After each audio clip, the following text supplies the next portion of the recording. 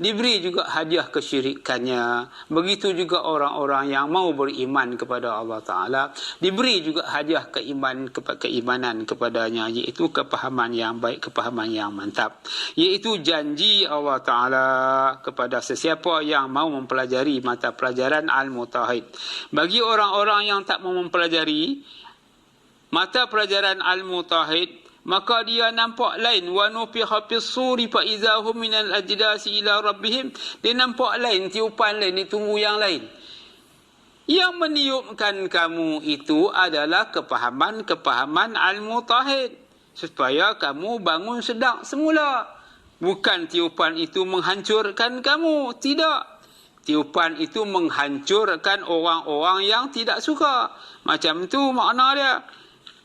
Bukan menghancur muka bumi ini, tetapi menghancur keimanan syirik, keimanan khurafat, keimanan yang salah.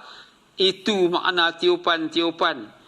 Akan meniup kamu kepada ke jalan yang benar, akan menggegarkan kamu, memberi satu jeritan, memberi satu peringatan kepada kamu, supaya kamu ada suatu kesedaran yang baik tentang Al-Mutahid.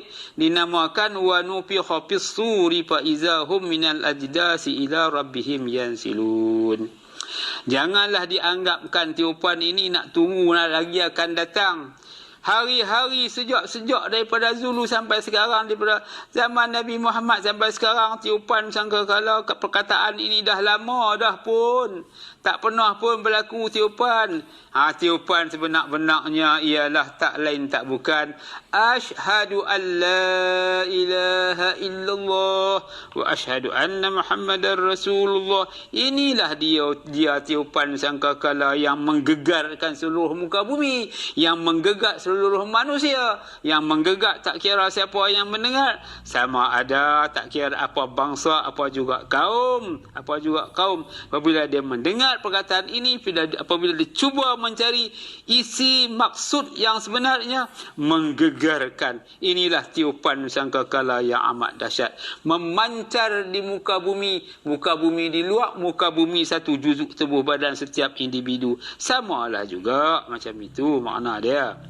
Jadi pengertian yang sebenarnya tak lain tak bukan in kanat illa sayhatan wahidatan fa izahum min jami'un ladaina muhdarun.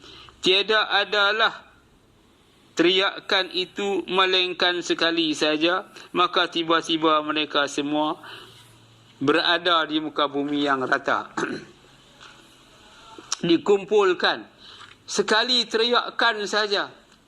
Anda belajar, apabila anda belajar, makna sekali sajalah seumur hidup anda mempelajari Al-Mutahid.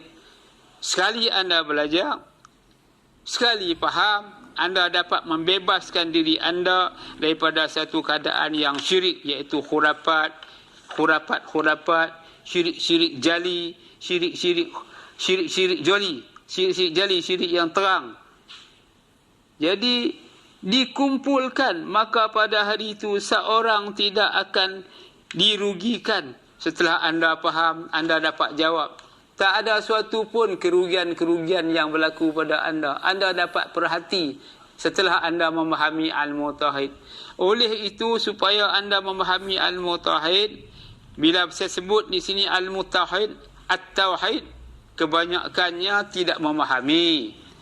Untuk mendapat jawapan ini, sila berhubung dengan saya 012-533-8329. Alamat rumah 762 Jalan Kenari, Lebuh Raja Wali, Kampung Datuk Ahmad Said. Tambahan 2, Manjui,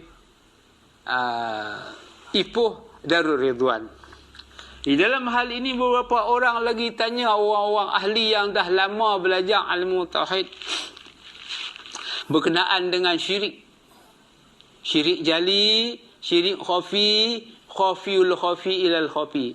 Berserta dengan rakaman ini, saya sambungkan lagi berkenaan dengan syirik jali. Yang dimaksudkan dengan syirik jali, daripada ujung rambut sampai ujung kaki, anda tidak menyerah. Macam itu. keseluruhan anda tidak menyerah. Setelah anda menyerah kepada Allah Ta'ala, ataupun dipanggil di dalam bahasa Nahu dan Sorof, nafi dan isbat. Setelah anda nafi dan isbat, artinya anda mengistihar kepunyaan Allah Ta'ala, keseluruhan kepunyaan Allah Ta'ala. Tetapi jadi juga, berlaku juga syirik. Iaitu di mana berlakunya syirik? Tukang nafi, tukang isbat, tukang menyerah, tukang kata asyhadu. Tukang nafi, tukang kata asyhadu, tukang menyerah. Buatlah penyerahan kepada Allah Ta'ala. Anda serah daripada ujung rambut sampai ujung kaki ke kanan kepada Allah Ta'ala. Tak akan jadi habis.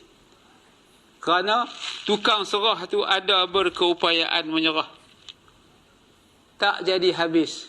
Untuk menghabis, melupuskan supaya jadi habis, mestilah datang kepada saya untuk mendapat ilmu kepahaman yang lebih baik. Di dalam YouTube ini, di dalam ceramah ini, dalam ulasan ini, saya tak boleh memberi jawapan. Apa sebab macam itu? Mesti datang depan saya. Kalaulah boleh menyampai ilmu syirik secara melalui YouTube, saya dah lama bagi tahu pun kepada tuan-tuan, tak payah main mengaji kepada saya. Kerana untuk memahami ilmu tauhid yang sebenarnya, mesti ada lil taukid. Selain daripada ada lil taukid, ada jazam. Kemudian selain daripada ada jazam pula, ada dipanggil majaz, cakap-cakap majaz, sindir, dan cakap-cakap idhafat, pukul akal, pukul percakapan, tindas menindas percakapan, supaya anda pergi sendiri untuk melangkah, mendapat jawapan apakah yang dimaksud dengan syirik yang terlindung, amat terlindung, iaitu syirik khafiyul khafi ilal khafi. Mesti melalui satu laluan dipanggil majazi ataupun idhafah. Jadi sindir-sindir di sini, tuan-tuan tak bolehlah saya sindir dalam ni. Macam kenapa saya tak berjumpa dengan orang yang nak berhajat untuk menyelesaikan bab syirik?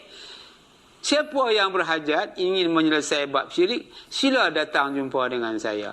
Saya gunakan taukid, lil taukid. Saya menggunakan jazam, lam jazam atau lam jinsiyah. Saya menggunakan majaz ataupun majazi. Saya gunakan lagi idhafah ataupun idhafat, cakap-cakap sindir yang begitu ketat, begitu kukuh, supaya seseorang itu dapat melangkah menuju kepada kepahaman syirik yang sebenarnya. Jadi syirik di sini mesti berarti penyerahan yang tidak habis, tidak mampu, tidak upaya nak menyerah. Kalau anda mampu, jikalau anda mampu menyerah, kalau ada upaya menyerah, berarti anda tak boleh nak buang lah, tak boleh nak buatlah syirik di sini, tak boleh buang. Mesti anda melalui satu pengertian, iaitu idhafah ataupun majazi, sindir yang begitu ketat, begitu kukuh, supaya anda dapat memahami dengan jelas, lebih baik lagi, supaya anda lebih dapat jawapan lebih mantap, lebih lagi kepada balaghah, lebih kepada pengertian yang lebih baik, iaitu dipanggil furqan yang begitu indah sekali.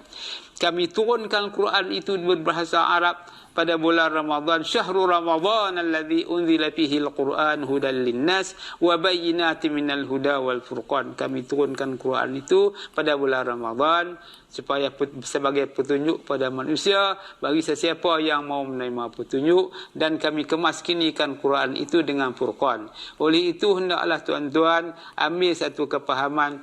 Bukan saya tak boleh menyampai di sini, kerana menyampai di sini tuan-tuan tidak ada satu pun kepahaman bertanda-tanda usaha untuk mendapat kepahaman ilmu tauhid.